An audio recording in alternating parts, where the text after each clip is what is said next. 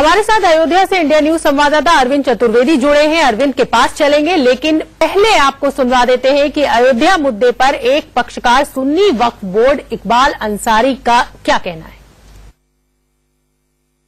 कल अयोध्या आ रहे हैं श्री श्री रविशंकर और हमारे साथ हैं इकबाल अंसारी।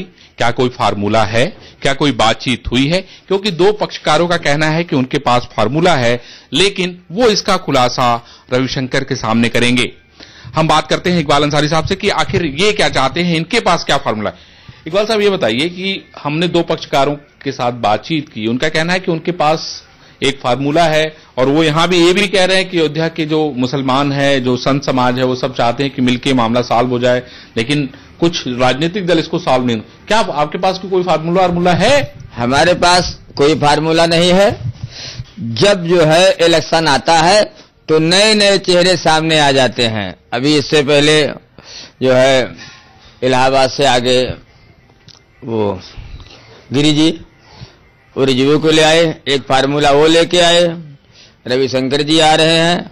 अब ये क्या फार्मूला लाते हैं? हम तो ये है, हम लोगों के तो यही समझ में आता है कि जब इलेक्शन आता है तो ये मेयर का इलेक्शन है, चेयरमैन का इलेक्शन है, तो थोड़ा सा भगवान का नाम लेने से इलेक्शन जीत जाएंगे, इसलिए भगवान राम को याद आ गई है। तो कल आप श्री रविशंकर से मुलाकात करेंगे, आपको भी आमंत्रित किया गया है, बुलाया गया है, तो क्या आप रविशंकर से मिलेंगे कि नहीं? हम मिलेंगे उनसे।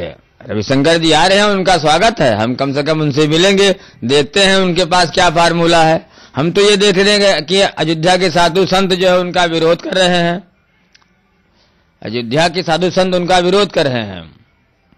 अब वो जो है जब इलेक्शन आ गया, इससे पहले वो अयोध्या कभी आए नहीं, हो सकता है वो दर्शन करने के लिए आए हों, तो दिमाग में आया हो कि चलो जो है लोगों से मिल लें। इकबाल साहब क्या सलूशन है इसका? इतने दिनों से ये मामला कोर्ट में चल रहा है, कोर्ट ने कहा है कि भाई आपसी बातचीत करिए, अगर मध्यस्थता की जरूरत हो तो मैं भी करने के लिए तैयार हूं। अब जब बात बनती हुई दिखाई पड़ रही है, लोग बातचीत करने के लिए तैयार है, तो फिर आप लोग टेबल पे आके बैठ के बातचीत क्यों नहीं कर रहे हैं? टेबल पे कोई बुलाता नहीं है, केवल मीडिया बुलाती है कि चलो जो है वहां बातचीत कर लो। देखना ये बेहद महत्वपूर्ण होगा कि श्री श्री रविशंकर किस तरीके का माहौल बनाते हैं, क्या बात लोगों के बीच में लेके जाते हैं, क्या यह मामला सॉल्व हो पाता है या सिर्फ कैमरे, माइक या टेलीविजन का ही एक हिस्सा बन के रह जाता है।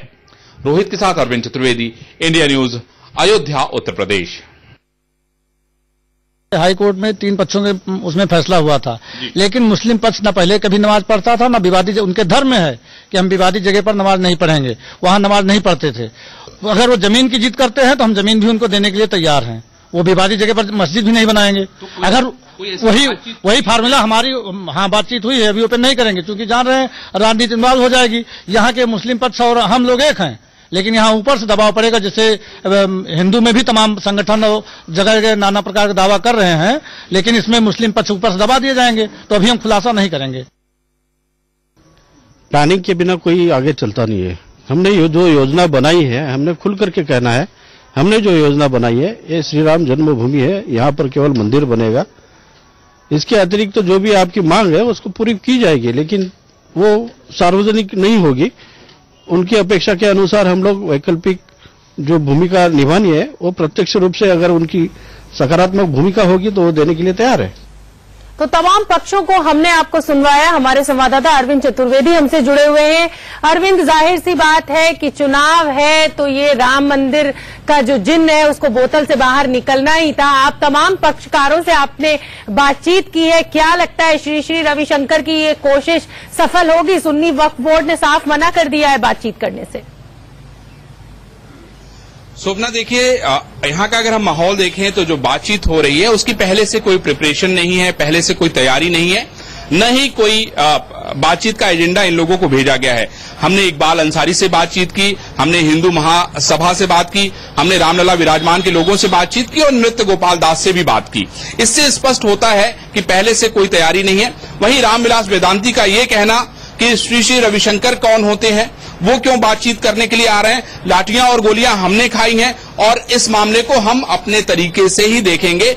अगर उनको आना है हमारे पास तो पहले जाके वो संघ से बात करें, जो वरिष्ठ लोग हैं उनसे बातचीत करें, और बातचीत करने के बाद तब हमारे पास कोई फार्मूला लेके आए, तब हम उस पर सोचते हैं, विचार करते हैं। यानी एक बड़ा बयान इस तरफ से भी आ गया जिससे कहीं न कहीं रिफ्ट दिखाई पड़ता है, कहीं न कहीं टूट दिखाई पड़ती है और बात बनती हुई नजर नहीं आती है। नृत्य गोपाल दास का कहना यह है कि हमारे पास पहले से कोई सूचना नहीं थी कि ये मिलने के लिए आ रहे हैं। हाँ, अब हमें जानकारी ये मिली है कि मिलने के लिए आएंगे, रामलला का दर्शन करेंगे और अगर कोई बातचीत है तो वो हमारे सामने रखेंगे, हम उस पर विचार करेंगे। लेकिन एक महत्वपूर्ण बात स्वप्ना मैं आपको ये बताना चाहता हूँ कि दूसरी तरफ फैजाबाद में एक बड़ी मीटिंग की जा रही है जिसमें बहुत सारे हिंदू और मुसलमान शामिल हो रहे हैं। यानी कहीं न कहीं एक माहौल बनाने की, एक दिखाने की कोशिश की जा रही है कि आखिर इस पे सरकार डायरेक्टली शामिल हो चाहे ना हो, लेकिन इस पे काम चल रहा है। ये एकमात्र संदेश देने की कोशिश की जा रही है। देखिए अरविंद, ये बात तो बिल्कुल साफ है कि कितने भी लोग मिले, जब तक वो तीन पक्षकारों में आपस में सहमति नहीं बनेगी कोई हल नहीं निकलेगा। फिलहाल आपका बहुत बहुत धन्यवाद इस पूरी जानकारी के लिए। और